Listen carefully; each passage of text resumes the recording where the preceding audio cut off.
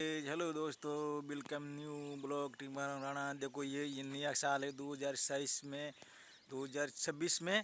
और कोहरा पड़ रहा है और बारिश आ गया है। और एकदम देखो दोस्तों, कितना अच्छा सुहाना मौसम हो गया है। अभी देखो, ये देखो, दिखते नहीं हैं हम तो भी धूप में ये मैं खड़ा हूँ यहाँ पे। मौसम हो गया है, संतुलन बिगड़ गया है, इसलिए मैं खड़ा हूँ यहाँ पे। देखो आपको नज़ारा, ये कितना अच्छा नज़ारा, आगे दिखता नहीं है क्या है क्या नहीं, सब कोहरा पड़ रहा है। वो जो आपके वहाँ तो पड़ रहे नहीं पड़ते, मतलब पंजाब हरियाणा में पड़ते, वो वैसा ही है, खेल इधर हो गया है। देखो दोस्तों, देखो एकदम कितना अच्छा नज़ारा हो गया है। देखो आगे कोई दिखता नहीं है।